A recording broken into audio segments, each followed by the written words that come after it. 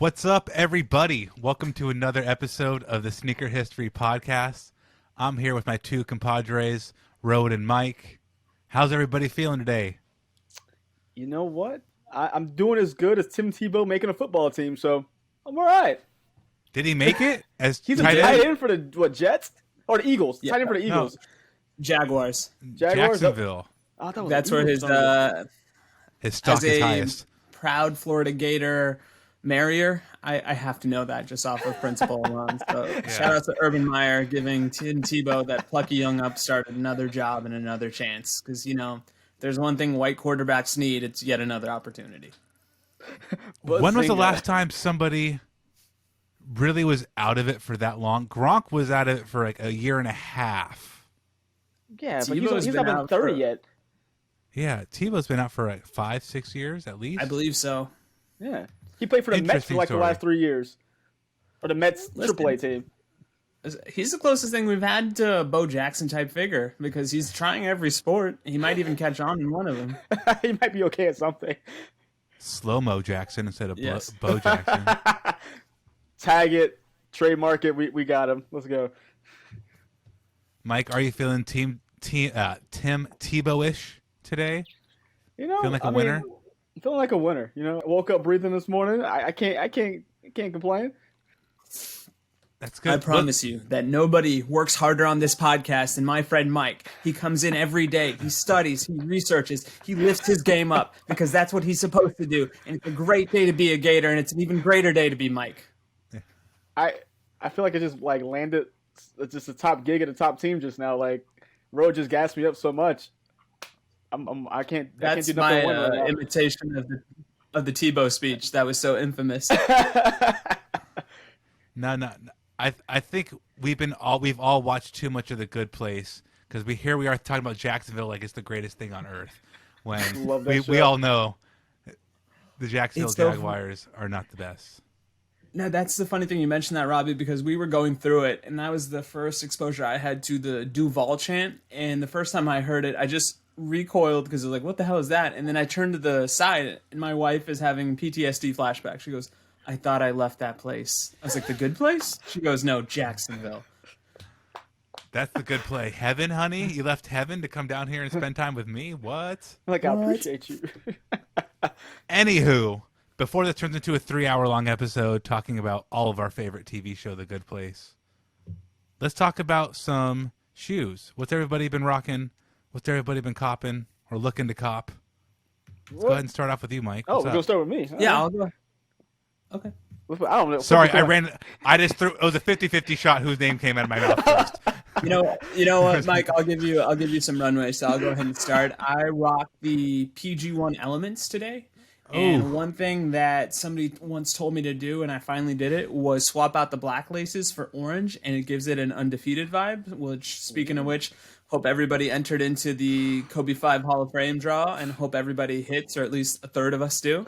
And then for what I'm looking to cop, I just saw the Luka Lows for the Jordan 35, and I'm in. I like the story that's being told. He is electrifying, and there is a certain electricity theme that's running through the shoe. So that's my rocking and copping. Mike, how about you? Oh, that's a fantastic shoe. I was rocking good old Anter 4 right here, walking her dog today.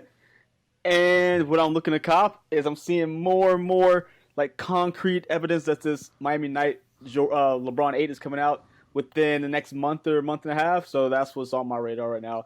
I will look what I gotta sell. What I gotta sell back here to make sure I get that shoe because that has to come in my collection. Top 5 shoe for me. I don't think you'll have to sell much because your size shoe is going to be a very reasonable. You'll be looking at like 250. 250. I'm all right with that. I And can live with I think that. you'll be okay.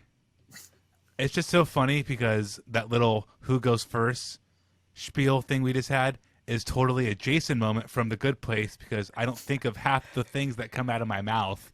And it's just like a name. So very relatable. It's relatable on so many levels. So those are you two's rocks and cops. My rock has been the Puma Suede. It's just City Pack, I believe. There's no literal affiliation to the city of Los Angeles. I have a feeling due to jersey rights. But that's the actual skyline of Los Angeles in a beautiful purple and gold. Very good. You can't go wrong with some suedes, man. And I've purposely been trying to keep a different shoe by my front door that aren't my Crocs. I'm trying to retire the Crocs for a little bit and just slide on a different pair of everydayers. So this has actually been the past couple days everydayer. Nice. And when it comes to Coppin, like Mike, LeBron's all day. But still, the Kamikaze too low. It just keeps growing on me because I can just see myself. I have these really cool like black swim trunk feeling shorts, and they kind of look 90s. A 1996 low top version, black shorts, wear a really big stupid like Labrador Retriever t-shirt or like a pug face t-shirt, something that's obnoxiously stupid, with some really clean black and white shoes and some black shorts, a black hat. I love wearing really weird, like a tie-dye cat shirt or a pug or a Labrador shirt. This whatever weird pet shirt I can find, I love to pair it with this really classic, simple clothing. So white and black Kamikaze 2s and a pug shirt, you will find me in these streets. You can get those early right now. I think they've been released like in Europe for a minute. So if you check like SNS End, you can cop. I think they're $100. Man, I'll wait. But I'm excited. I just don't like doing so. I'm such a cheap ass. It's like, I gotta pay X amount of dollars in shipping, which is like probably $20, $25, plus the time it takes to get here, and it's totally that $100 with free shipping versus $80 with $20 shipping type like conundrum. My brain just sees $20, $25 shipping, and it's like, I can't justify it. Nope. I can wait till it's stateside. So the question is, no show socks or long socks with those Kamikazes? How are you rocking them? I'm not gonna lie, Stance socks with the little tab, the little tabbity tab. Okay. Shout out to Stance. I got a friends and family code on a whole bunch of pairs on an order, and I bought a bunch of different types of pairs. I haven't had Stance socks since like the early, screen printed. I have like a Jerry West. Yeah. Socks, like very old 2013 Stance socks. Wow. So I haven't had like a modern Stance in a long time. So their little pull tab, heel tab ones, they really do sit perfectly below the ankle. And if there's a little bit of back to the shoe, like a pull tab, or it goes a little bit up like a basketball shoe typically does, you can't see it. So as long as you have a good like U shape, which most basketball shoes do, you can't see it, doesn't slip, very comfortable. This is not a paid advertisement for Stance. But as somebody who's wearing Supreme Hanes socks right now that keep slipping and they're really crappy, they just say Supreme on them, so people buy them. I am people. It's all right. There's a huge difference between the Stance. Huge difference between the Stance socks that are $20 for a good pair versus these Hanes Supreme $20 socks. So did he still have shape to them? Or are they getting a little floppy? Let's. I mean, it's a pretty floppy. It's getting floppy. It's definitely at least I've seen better days. Yeah, damn right flaccid. They've seen better days. Just leave it to Rohit. But I believe it's the Stance Sports tab.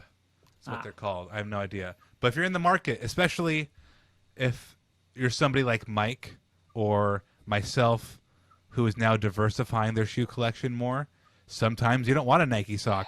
Mike, I saw you wearing an Adidas sock. Well, wait. They don't make a wear sock. I didn't want to. From me? That's the only black sock I have. But that's when you. Mike's ready to go to Wade. So I forgot what shoe it was, but I remember seeing Mike. Like I should text him and say something. For it. I was like, come on, Robbie. I know it's coming eventually. I was like, bro. Days later, though, it's still in my mind. I was like, I don't have any other. Li Ning, come on. We'll Mike get you a friends and family. Best. He's probably the most prolific North American influencer with regards to your product. Get this man some black socks. Yeah, no, we'll get Mike a friends and family Stance code. Yeah, I gotta reach out to the Stance. Come like. Then it's equal opportunity. You're an equal opportunity shoe person because if you can't see them and if it's Stance, they don't make shoes. No feelings hurt. No Robbie thinking about it 3 days later. Holding it into his core. Like, I can't believe you did that. Right? I wanted to wait to an appropriate time instead of just like texting you out of the blue. Public. That's what it was. The wows are cool, though. I have to say, we had Shanghai Soul on the podcast with Nick and I, and we were talking about how difficult Way of Wades are to get really across the world. That's what I learned. That was my big takeaway, that it's not easy anywhere. And Mike over here stunting with the free pair, all black with a little bit of 3M. A little bit. Fire. Good looking shoe. My daddy. Stunting like my daddy. So speaking of daddy, do we have any reviews? Like, where we're going with this? Let me check. Speaking of daddy, have you seen David Hasselhoff? I was kidding. Oh, please. kidding. I really want there to be a review after that runway. So let's see.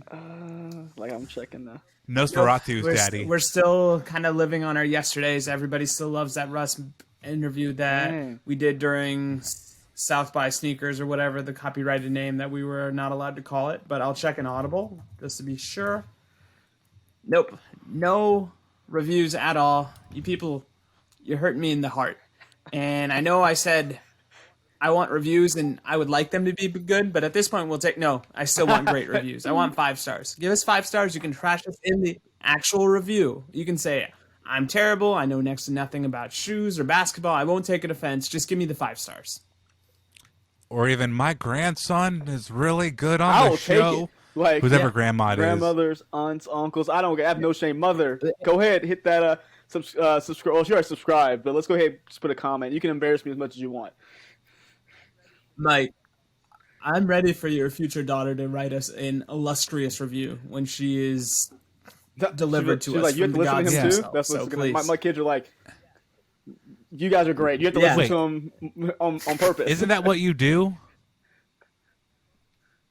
Isn't that what you do for new babies in 2021? You just start an Apple ID for them so they can just leave you a review on your podcast. Second they're born, yeah, dude, gift to everybody and a gift to you. We're no longer ruining ruining their credit. We're just increasing their digital presence. Yeah. We're ruining integrity. That's what we're doing. Go there, be somebody. Go out. No. You can have ruined integrity and still buy a house or a car. Fair. But we're not making the mistakes of last generation. We're ruining these kids' credit by opening up credit cards in their name. No, sir. I saw my episodes of Blackish. I know how the process works. Fantastic show, by the way. Let's not do that. Let's talk about shoes. Let's talk about shoes, baby. Let's talk about shoes. And the first one I want to bring up, I know both of you have probably seen this, and both of you care about soccer, and I don't. So even if you haven't seen it, you're going to know what it is instantly. There's a Nike SB Dunk Barcelona dropping. Mm-hmm. Yep. I don't get soccer. I have not. This is news to me. Ooh. Close your eyes and imagine Barcelona. Ooh. Yeah. Is Barcelona good? Are they still good? Barcelona is kind of in what I would say, Robbie, is they're in their transition stage where they don't know how much longer they have Messi. Messi wants to leave at the end of this year, but depends on how they re-up and how they recruit other global talent. We'll see. But these are nice. SB Dunks, I mean, I know that we keep talking about the fact that this is the shoe du jour, but between this and the P-Rods, I'm kind of checking for these now. I want those dang P-Rods. Don't know how I'm going to get them. I think the Barcelonas, again, don't know how I'm going to get them, but be nice. It would be nice. These are definitely the only soccer shoe I want to say ever that I'm like, dang, that looks really cool. Nope, you're lying because Mamba Curio, I know you loved him. Oh, yeah, see. Boom. Already correct. Then first one in a long time. I couldn't think of the last one before Mike helped me out there. Boom. But got you. Sorry, got you. Don't worry. But very interesting. Listening. What's up? I was just gonna say this. Mike is rocking the Spanish national team jersey, so he is the preliminary soccer expert. So I'll defer to him with regards to all Barcelona-related opinions. But that being said, I don't know. I felt like there was a sportswear shoe that Ronaldinho was unofficially affiliated with, but yeah, Mamba Curio. I think probably Kobe's done more to raise the profile of the beautiful game here in the States than any other North American celebrity that I can think of, and I think just that linkage between those two sports, we kind of had that aha moment of like, holy crap, these are a lot more similar than different. So, Yeah, and I like this forward, like this way that Nike's bringing this soccer back, because it was what I want to say, 2015, 2016, 2017. Roy, you can probably remember better than I can, but there was the models that Nike had. They were like the high top fly knit sock. They were doing. They were a pretty cool couple models, but they were just not very practical to wear normally. are you talking about the vapor knits? If I'm trying to Yeah, remember? I think it was like they It were was a the cool shoe. Cristiano. It was the Ronaldo is a lava pack. There's like a lava cleat, a lava I chukka. always thought he was more of a hater than a lava, but Right? Nice. I don't want to touch Ronaldo's sexual history with the stick. Nope. So I'm staying away from that. I think the other thing that's interesting as well is Barcelona has always been the Nike club team to get that cross promotional love, because we've also talked about not just the Mamba Curios, but Kobe had a couple of Barcelona colorways in the early part of the middle part of his line. And it's interesting to me that are we going to see that love, because Barcelona is as close to a one club, one brand team that we've seen in the last couple of years, because even the likes of previous Nike stalwarts like Manchester United and Arsenal have kind of switched, and similarly Adidas has dropped Chelsea and Liverpool and they're now with Nike. So maybe that's why Barcelona always gets this added advantage, because they're the ones that stuck around. Yeah.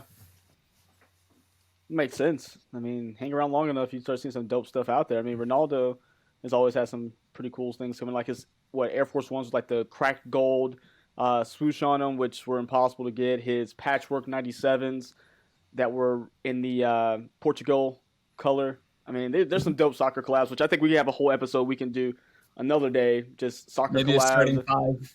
There we go. Boom. Hey, Parting thought. Do either one of you own a pair of Nike street soccer shoes? I have cleats. I have a pair. Okay. They are I forgot what they're called, but they're the flat ground Andrea Pirlo Vino, and I've spoken to those shoes before, but they're the color of a nice red Merlot. Maybe hopefully I got that right for all our wine nerds that are also listening. Yeah, just Yeah. The Merlot? Out. And then also the fact that the packaging is fantastic. It's literally packaged like a wine bottle. So you open it up and it's got the little frilly cork things. And I'm just like, this is a story that Nike has told brilliantly. So That's really cool. No, you never see one of the those best. much. Kind of leaving that thought about street shoes were the Tiempo J Pack. I wish I could have got those. Mm-hmm. That was about what, 2014, 2015, I think. Very nice shoe. they do things nice. This Nike company. They're okay. So,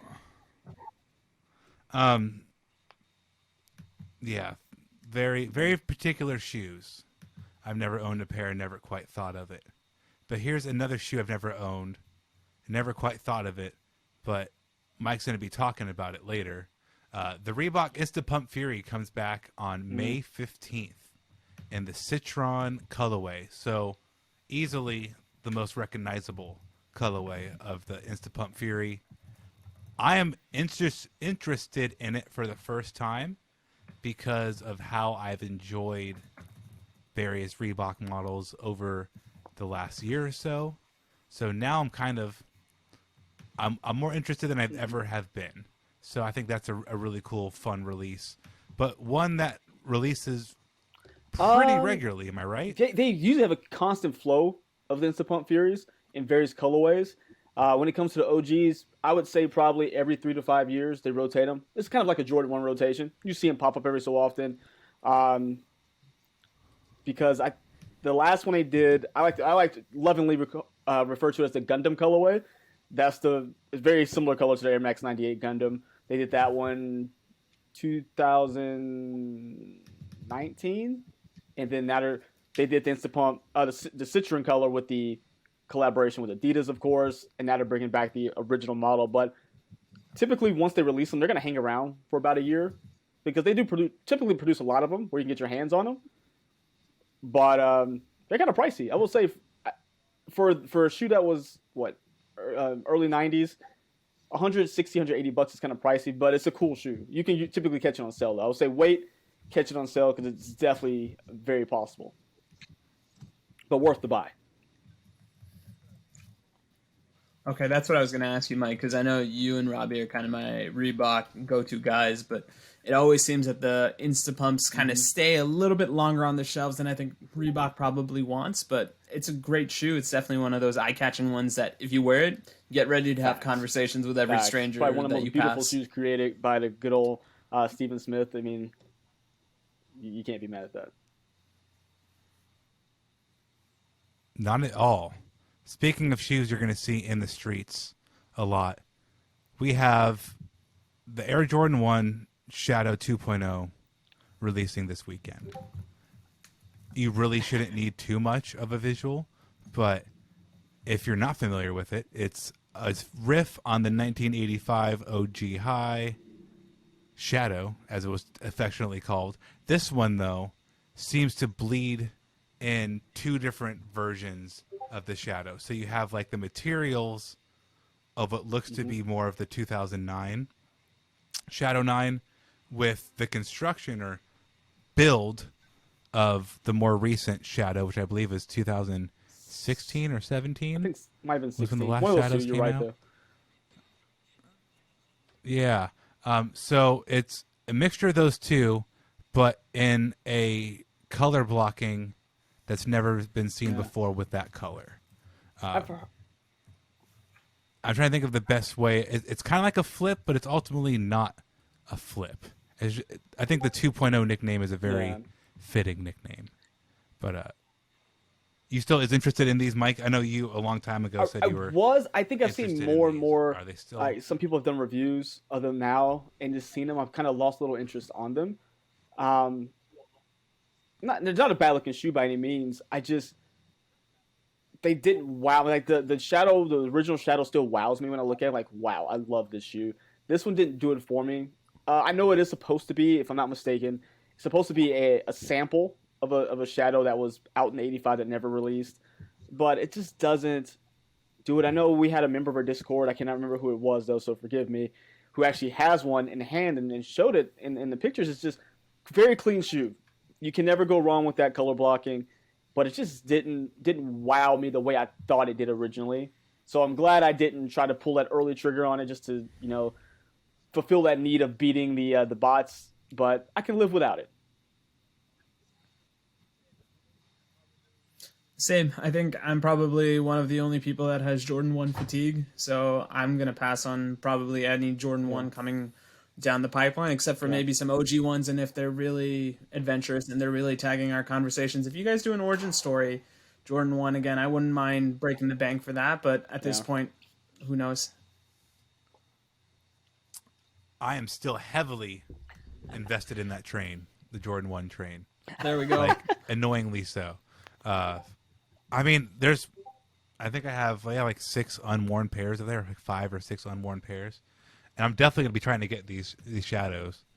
They just don't, it's like somebody having a wine cellar in their house. And it's like, oh, these age well. Oh, they really do. All really those Jordan 1s age well. You can't go wrong in it. It's just right now, I think Nike's on to the fact that we're all coveting them. So here comes yet another colorway. So nothing gives me FOMO quite like an Air Jordan 1. But for real, no, it gets like, even if I didn't love it, and I still don't love it, if I see it. Oh, it happens to me all the time. Damn, I just can't. And it's like, I think I get so frustrated. It's not even like the fatigue. It's just the frustration of knowing that every time I try to enter Jordan 1, I'm like, all right, am I just entering now because I'm upset, or do I want it? And I have to really just really self-reflect and distinguish, all right, I'm not going to wear this as much as I think I will.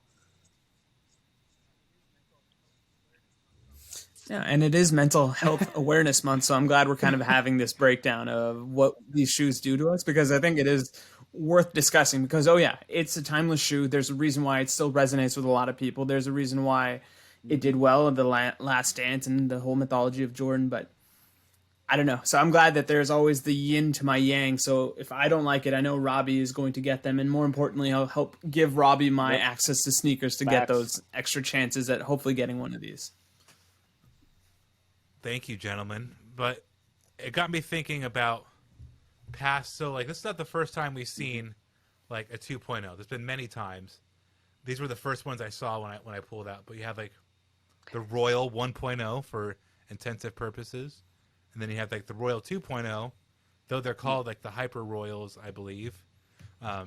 It's ultimately the exact same color, the exact same 3 colors, used in a very similar way, just flipped. You could even put these two next to a Chicago one and a Bread Jordan one, and you have like 4 degrees of separation. I should have actually grabbed it. I've still never had bread. You have Chicago Jordan ones? Black and red ones. Yeah. Holy crap. I have bread toes. I have Chicago ones. I've had black toes. Good pair. I have bread toes. Never just had bread. Interesting. I did not know that. Threes, but not bread. Every option but bread. And I haven't pulled the trigger because I know they're going to come back in like 2 years. I mean, at least. You can get the patent ones that come out this year. They'll be back. That was such a hard no. No. No. Now, Robbie. I mean, Robbie's I'll on probably that Atkins diet. Eat no bread. No bread. No, it's completely different. I'll try to buy them, yeah, but it's still not the same. I mean, like the Royal one will always be the Royal one. It could be a mid top. It can be patent. It can be bejeweled. It doesn't matter. It's not the one. Like this is the Jordan 1 Royal. Period. So it's like the Shadow is interestingly enough in that same kind of boat, being an OG, being a shoe that's color blocked the exact same way as this. I wonder if people think either the 2.0 is silly because it's not the original, or you're trying to bite this, rehash something to rehash it, or if the new kids, the new generation, just think it's cool and they're not emotionally invested to an 85 like maybe people our age are or older. To them, it's just, oh, those are like shadows, but new. There's nothing wrong with the new generation. That's why there's never the same boy band. There's a different boy band every decade, right? Or a different pop band every decade. There has to be a new generation's flavor, but that flavor still has to exist. Like, you still have to have that same type of music out there. So it got me thinking about how shoes can be different and the same. It could be materials. It can be colorways. It can be flip-flopping the colorways. So that kind of leads us to our main topic here. We each have a pair of shoes, a group of shoes, 1 or 2 pairs, that are either cousins. Maybe you go to a party and they're 2 friends, and they're like, hey, we're cousins. And you know they're not really cousins. It could be that. It could be real blood cousins. It could be cousin second removed. It could be brother sister. These are all weird shoe analogies.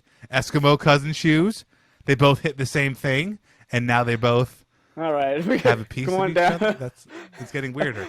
Yeah, it's going the wrong way with that. But you get what I'm saying. When I open my mouth.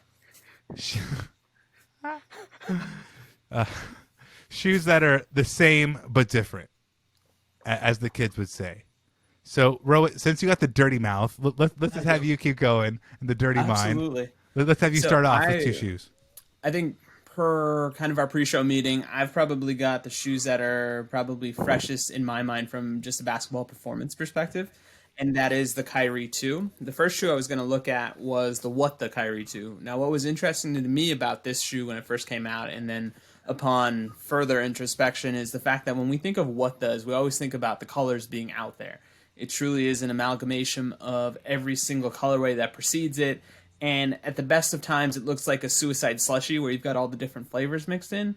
And at the worst times, it's just like, oh my God, that literally looks like barf. Now, what was special about the Kyrie 2 was the fact that Leo Cheng, if I remember correctly, said he wanted to focus more on the different materials. So this shoe, the North American colorway, was pretty white, pretty ivory, but the materials that are on the actual shoe itself, the different midsole, the different bottoms of it, feel a lot different than some of the other Kyrie 2s that I had kind of gotten used to. And I've got to think a pair of 4 Kyrie 2s. So the other one I wanted to kind of compare this to was what I guess some people might consider the pinnacle of the Kyrie 2, which is the Game 7 4 wins pack.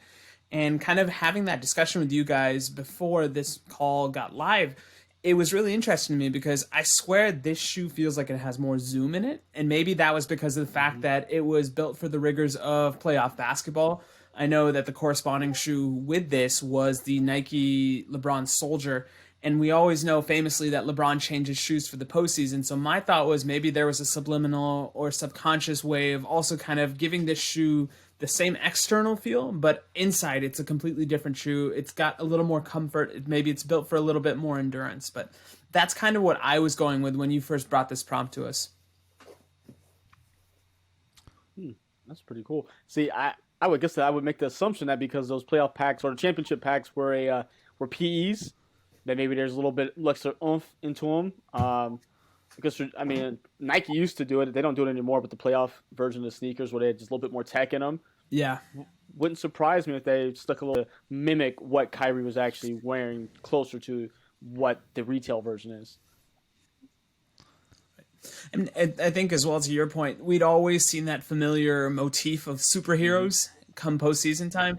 But what I kind of appreciated about this, and Robbie, I think you had a couple of these packs as well, was the fact that they took a different approach with this Game 7 pack, maybe, or the 4 wins pack, maybe because of the fact that the achievement that's associated with those 4 wins was so monumental, they thought, let's reinvent the wheel, because it's a lot of tasteful artwork. It's a lot of imagery in and around that greater Cleveland area.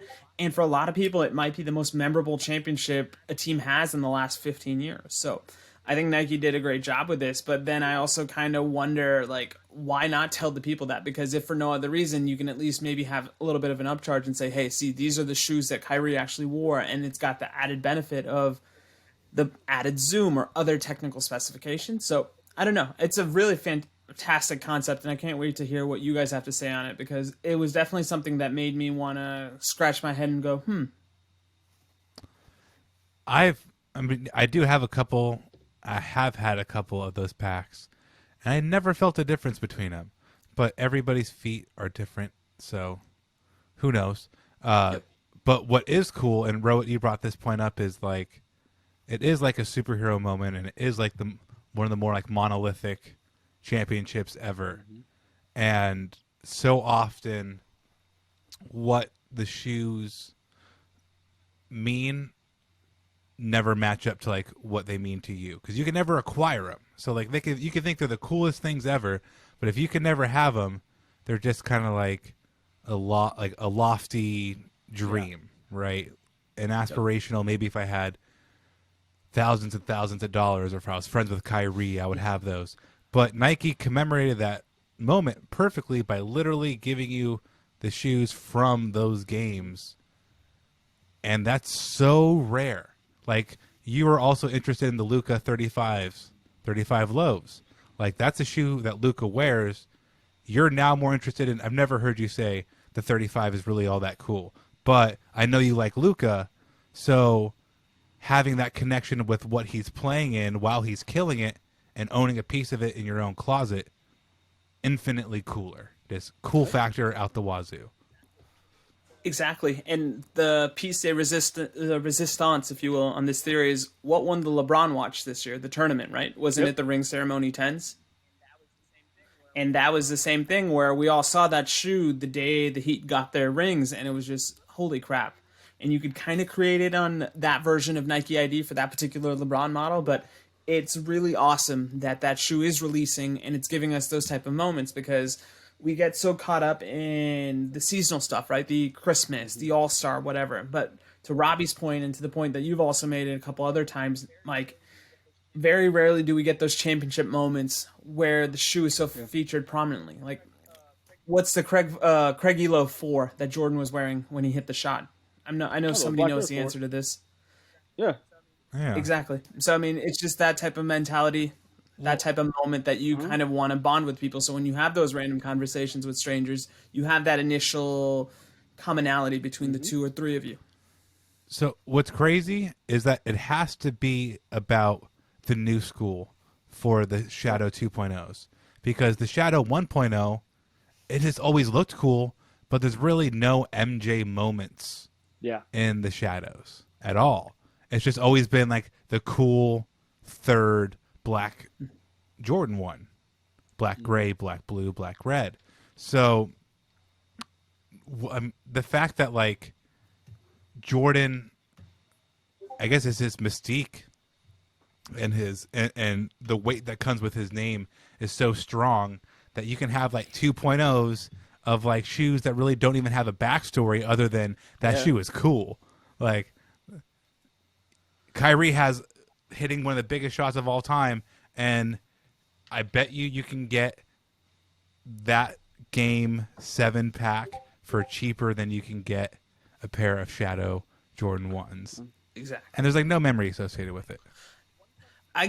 One question I would ask, and maybe this is overtly simplistic, but my thought is if you call something the Shadow 2.0 or the whatever 2.0, there's almost this implicit thought in my mind that there is some sort of update to the materials or the tech. But if I'm understanding you guys correctly, there isn't any sort of concept like that. It's just Shadow 2.0 because it's based on the colorway and not the actual technology behind the shoe. Yep. And I feel like that started happening, that those names of the Jordan 1s happened after the Shattered Backboards. Once you had the Shattered Backboard 1, the one as in the Chicago colorway is 2.0, then 3.0, and I guess there's a 4.0 coming, but that's kind of been a trend since that shoe came out. I don't remember anything before that really taking that same lead. So it's just something that's really, I think it pulls on, I don't want to say the heartstrings because I don't think there's any real emotional attachment because, like I said, there's no story to the Shadow. It's just a cool shoe. But I think it pulls on the heartstrings of those people who missed out on the last ones. Like, you can't buy a Shadow 1 OG, 1.0 because it's thousands of dollars, $2,000-$3,000. But you have a chance of getting this one for $180. So we call it 2.0. You feel like you're included into this group of people who have this. So I think that's more of the marketing technique as opposed to, it's not continuing anything because even with the Shadow Backboard, it didn't continue a story because he didn't wear any of those. He just wore that color jersey. So it didn't do anything. It just made you feel like you had a chance of getting something that was in that group of exclusivity. For sure. And maybe it just makes our shoe categorization even more complex now because you've got the Jordan 1, Shadow 1.0, Shadow 2.0. So it's almost the Dewey Decimal System come to life for shoes. Right? Like, I can't even imagine. I think it makes it easier. I think it makes it easier. He's drawn up ones. We'll have to ask him next year. It's like 1A, 1B, 1C. Yeah. But it's like a living, breathing book. I mean, because I guess this has to be a 3.0 coming next. I mean, I guess they don't have to, but you just make an assumption. It's really, really cool how a shoe can just keep its power for just looking good. Like, I think of how many shoes, so many shoes just throughout. I can't even think of this like Vans, one-off Vans I've only seen one time ever. Like, man, those are cool shoes. And they release one time, or maybe they retro 40 years after they release. But just like it's so cool that Jordans can keep dropping in cool colors just because they're cool. Yeah. I have these really cool Vans, Baston Salabanzis, and like cream and coffee. Ooh. Super duper cool. And I've never seen that shoe ever again. If that pair of Vans released right now in 2021, I would buy it in a heartbeat, even though I haven't gotten like a signature pair of Vans since probably those Baston Salabanzis in 2002 or whatever year it was. But like a colorway, if it's so good, like it can just stick in your brain. And it's really cool that like it can keep surviving. And I'm just going to keep saying really cool because I'm from the 1960s. It's just cool Nothing stuff. wrong with that. Not at all. I mean, we've got the Miami Knights coming, right? That's the first instance of that really cool shoe, as Robbie's coined it, for LeBron, where we all wanted that shoe. Yep. But the ice cream on top of the slice of cake is that it's so cool that you can have offspring of it, and just. Yep. I love seeing somebody like a preteen or a teenager rocking like a good. I guess everything's resellable, but like wearing a UNC Jordan 1. In our Saturday call we had on Zoom that we have in our Discord, one of our members is an authenticator for SneakerCon, and the two most authenticated pairs he's seen recently are the UNC 1 and 4. And and that makes me sad because I would much rather see both of those shoes on the feet of a 12 to 19-year-old, just like feeling cool, feeling like $1 million because they have a good-looking pair of Jordan 1s. It'll change your life. Better than drugs. Go get a good pair of looking Jordan 1s. It's like crack. Put them on. No, I kind of. mean, It makes you feel good. I need another one. No, but that color brings me right back to like what 2002, 2003, like when Dada was hot. That light blue color was on everything. I mean, I love University Blue back in like my into middle school, beginning of high school days. It's like the only color I wanted to wear, and that brings me right back to that time. So I see what you're saying. Like preteens, teenagers can be able to just enjoy like that sneaker, just not. It should be available to them, but again, not gonna go down that tangent. That's when the roots grow. Mm-hmm. These are my sneaker roots. These are when they start sprouting out. They start sprouting out because, I mean, then you have. Let us keep talking about colorways and PEs. So it's like, okay, so both Jordan 13s. I'm gonna make my screen bigger. So both Jordan 13s, right? Kevin Martin, Quentin Richardson. Mm-hmm. When we were all growing up. At various parts, they played at different times. Like Quentin Richardson first, then Kevin Martin. I remember seeing both of these shoes on their feet. I remember seeing these underneath an article from Russ in Slam Magazine. I remember seeing these on like Nice Kicks, Kicks on Court. Like Mike and I were talking an episode or so ago about Celebrity Sneaker Stalker and how like you remember those things. And both of these shoes, I remember seeing them, and they're both ultimately just flips of Jordans that have already dropped. These are the flips on the bread, and these are a flip on the flints. So again, OG Jordans, like the Shadows, releasing in like a 2.0 or an alternate version. Alternate's a really popular title for 2.0 instead of saying that, or you know what I mean. So it's like. You can do stuff like this where you have the memory. It's not even a big primetime player. Like, we only know Quentin Richardson still and Kevin Martin still because of shoes like these, right? Like, if they didn't have these on foot, Kevin Martin just scored 20 points a game for a couple years and had a funky jump shot. Quentin Richardson, you remember the Clippers, knuckleheads, and hitting some threes in Phoenix with Steve Nash. Like, and Orlando Garbage Time, and I think Nick Garbage Time too, right? Like, he really wasn't a standout player, but these shoes are so freaking standout. They can be alternates or 2.0s. They call these the blue breads or reverse breads. Reverse is another popular like moniker. So it's like you can do so much with a good pair of shoes, a good colorway, a good design, and just put a spin on it. Put a player spin on it, put a memory, so have your nostalgia put a spin on it for you, and you have retail gold 20 years later. It's crazy. I hate when you pull those 13s out because every time I see them, I'm like, I want to go buy them. I'm like, nope, not going to, but I just love looking at them. I have to admit, that is a fantastic shoe. It is such a good looking pair of 13s. One must admit, very very very beautiful. Up, I haven't worn them. You haven't worn them yet? Oh, dude. I have so many dead stock shoes in this house right now. Dead stock Poppy. They got to get in line. But dude, I just think of. But I wore the Royals for a week straight. Like these were on for a week straight. Kevin Martin when he played for the Rockets. That's what I remember. Like Rockets is my team, even though I've kind of denounced them right now because they're a flaming dumpster. But I just remember that where him wearing that shoe is just. It's very vivid, and those old jerseys where they had like the gray, like two stripes underneath the arms when T-Mac still played there. But I love it. I love being able to get those. What I call it PE lights earlier. When we were talking about the Ray Allens, the Lucky Greens. It's just it's a light version that I can afford. I'm not having to go out and try to spend X amount of dollars on someone's PE. I know I can't fit. But I can have that same feeling of nostalgia. I got that same feeling of, I remember seeing something so close to this on foot. And I get to have it now X amount of years later. That's cool with me. It didn't have to be the exact thing. I don't need a signature on it.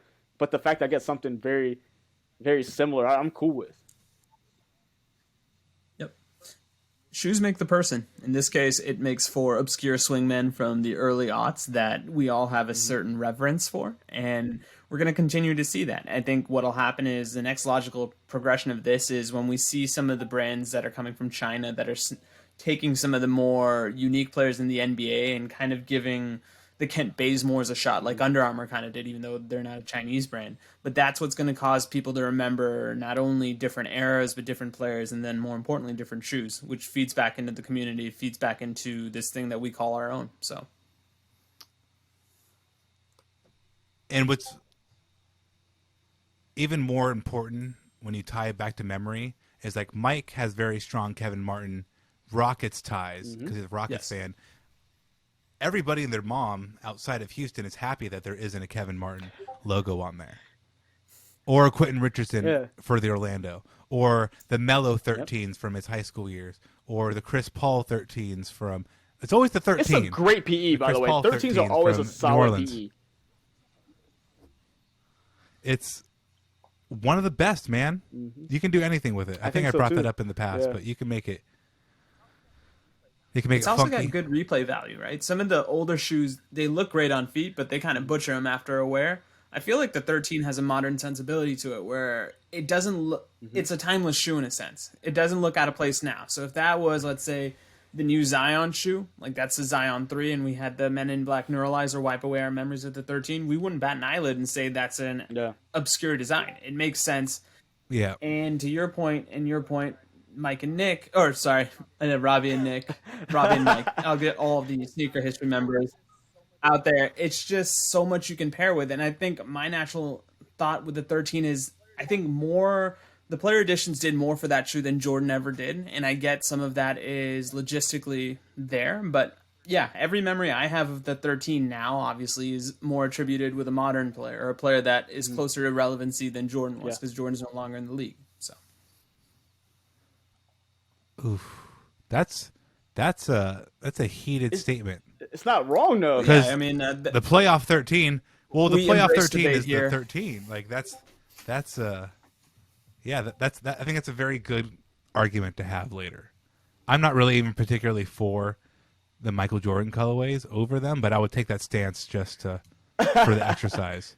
And I tend to be Mr. OG. I'm not trying to break the bank for a colorway that's new or has weird connotations to how it came about, but the 13 is something that I can make an exception for because for whatever reason, ballers, hoopers gravitate towards that shoe in a way we don't see with maybe the exceptions of the 3, the 4, and the 11.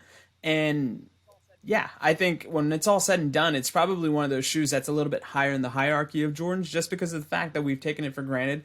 And we also place a greater deal of relevance to the holy trinity of the 3, 4, 11. I would definitely say it's in that second or third tier. If there's 6, damn, that's a whole other episode 4. again. It's the 4th on Mount. No, sorry, it's the 5th because we can't forget the one. We now have to have a power ranking or a tier list. Like every sports host has a tiers. Yeah. So like you have the 2009s and the 22s and stuff like that at the bottom, et cetera, et cetera. We're going to go way, way over if you even open up that can of worms. So we're going to reel that one back in. But, we're going to do that. Like, listeners, come back in about a month. We got you on that topic. But if you're watching this on YouTube, make sure you subscribe to the Sneaker History channel. The ... point. Click the like button. It really helps. Even if you just watch for a little bit, watch the whole thing. But if you only have a little bit of time, pop in there for a minute or two. Give us a thumbs up. Maybe just keep it playing and walk away when you have your other thing to do. Your dog or your cat might like watching TV. Just open up the YouTube app. I know a lot of people turn the TV on for their pets when they're out of the house. So really, turn the Sneaker History. Oh yeah, you haven't done that? No. I don't do it personally. We try to reduce the cat screen time at this. Yeah, my cats are intellectuals, so they read. But it's just do whatever you can to support the Sneaker History channel. Again, we haven't had a review in a little bit of time, so please go to Audible or Apple Podcasts, leave us a review. But I'm Robbie. Make sure you're following the Sneaker History page, really, on all major platforms at Sneaker History. Yep. Mike, where can they Sneaker find History, you? Of course, find me on Instagram and Twitter at MadWatcher789 and on YouTube at Mike Guillory. Rohit, tell them where you are, bud. On Twitter, Roheezy. On Instagram, RohitM13. And just affiliated with that Sneaker History crew. That's why we're here. Yes, sirs. Sires. Well, you can find me at RAHBEE702. And I'm going to leave because I'm awkward at goodbyes. So peace. See you. There it is.